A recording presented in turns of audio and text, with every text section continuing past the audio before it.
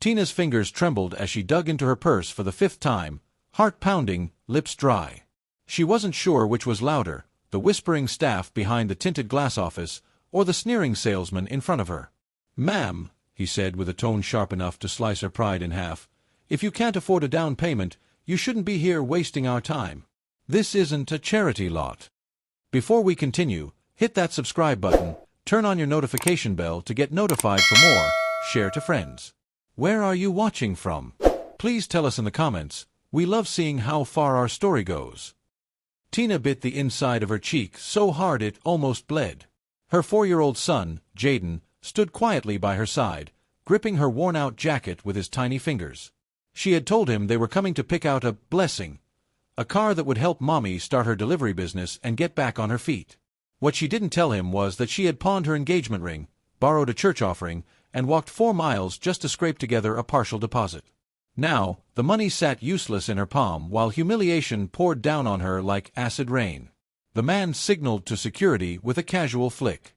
"You'll have to leave, ma'am. Others have real money." Jaden looked up at her. "Mommy, are we not getting our blessing anymore?" She clenched her jaw, scooped up her dignity along with her bag, and walked out slowly. Her heels were scuffed, her spirit crushed, but her back remained straight. As the glass doors closed behind her, she heard laughter.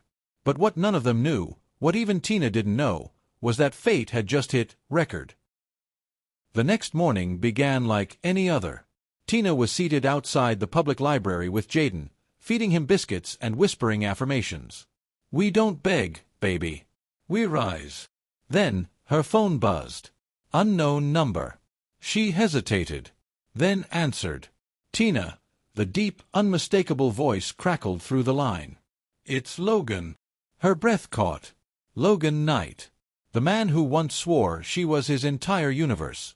The same man who vanished after his family disapproved of her because she came from a broken background. That was 5 years ago. Now, his voice sounded heavier, older. But it still sent shivers through her spine. "I'm in town. I heard things. Can we talk?" Before she could respond, he added, "I'll come to you." She looked down at her dusty shoes, her son's half-eaten snack, her uncertain reality. "You don't need to," she said, forcing strength into her voice. "I want to," he replied gently. "Wait outside. I'm 15 minutes away." She didn't expect the thunderous engine that rolled up to the library curb. A midnight black Rolls Royce Phantom, the kind you only see in rap videos or billionaire expos, glided to a stop. Its door opened automatically.